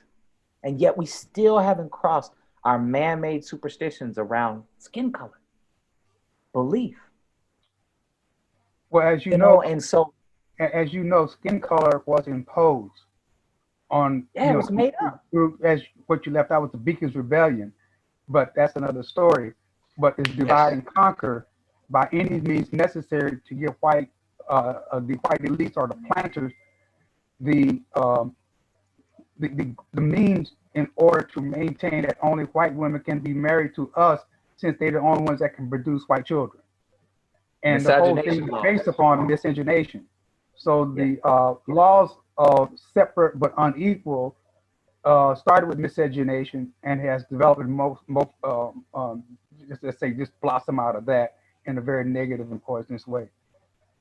I guess what I'm saying is that I think Grandmother Earth, I was on a call with a lot of Native folks, is saying, human race, get humble or I will humble you. And we think we're so big and bad. We think we're so big and bad, right? Because we could do something and make a missile or whatever. Let just Old Faithful go off in Wyoming. It's a wrap. And so when are we gonna get, I think right now, because of, we're literally having this call on these Brady Bunch squares, right? There's an opportunity for us right now as a human race to move towards a society like Blade Runner. I'm a sci-fi geek, right? Dystopian, AI, robotics are our new slaves of society, where even the human body is obsolete. Henry Ford, you know what he said? He said, why is it that every time I need a pair of hands, it comes with a brain attached? He was talking about AI. Or we can start to create a world like Star Trek, where we're not necessarily perfect, but we're sharing civilization. We're building a humanity that shifts away from, we beat our swords into plowshares and begin to explore and treat and share wealth with each other.